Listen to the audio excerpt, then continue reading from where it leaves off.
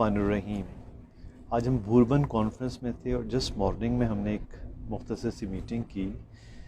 تمام experts from all over the country, professor Samad sahib اور دوسرے تمام، اور اس کا مین آبجیکٹیو تھا ایسپرن کا یوز کن کنڈیشنز میں کیا جائے، کیونکہ آج کل جو انٹرنیشنل سٹیٹس آیا ہے وہ یہی ہے کہ ایسپرن ہمیں دل کے امراض کے علاوہ بہت کم جگہیں بنتی ہیں، جو یقیناً درست بھی ہے کیونکہ ایسپرن سے کچھ معدے میں پرابلمز آتے ہیں. لیکن اوور آل یہ دیکھا جائے تو پاکستانی پاپولیشن میں چونکہ ہمارے یہاں رسک فیکٹرز کو پراپرلی کنٹرول نہیں کیا جاتا، مثلا کوئی بلڈ پریشر کا مریض ہے تو اس کا بلڈ پریشر پراپرلی کنٹرول نہیں ہے، شوگر کنٹرول نہیں ہے، کولیسٹرول بڑھے ہوئے ہیں، اسموکنگ ہے، اوبیسٹی ہے، فزیکل انیکٹیویٹی ہے، تو ہمارے مریضوں میں ایز سچ پرائمری پریونشن کے لیے گو کہ ٹھیک ہے کہ ایسپرن کا زیادہ فائدہ دل کے امراض میں ہے، لیکن اپنی پاپولیشن کو دیکھتے ہوئے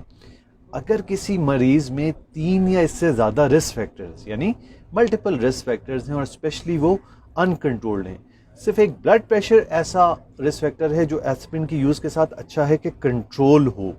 کنٹرول سے مراد یہ ہے کہ بہت زیادہ بڑھے ہوئے نہ ہو. مائلڈ سے ہائپر ٹینشن میں ایسپرن دی جا سکتی ہے، لیکن اگین صرف بلڈ پریشر والے مریض میں نہیں.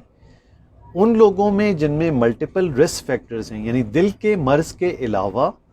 اگر کسی مریض کو multiple sugar, blood pressure, cholesterol ہے، موٹاپا، بلڈ پریشر، کولیسٹرول ہے، اسموکنگ کرتا ہے، یہ تمام چیزیں ہیں، تو میرا خیال ہے کہ ہمیں ایسپرن، اور وہاں جتنے بھی ایکسپرٹس تھے سب کا خیال تھا کہ ہمیں ایسپرن یوز کرنی چاہیے. تو ایک کنکلوزیو میسج یہی ہوگا لوگوں کے لیے کہ ایسپرن کا یوز ایسا نہیں ہے کہ دل کے امراض اگر نہیں ہے تو بالکل نہیں کرنا ہے. جج کرنا ہے اگر اپنے مریض میں کہ اس کا رسک فار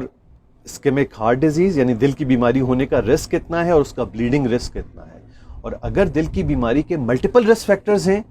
تو ایسپرن دینی چاہیے. شکریہ بہت بہت سننے کا.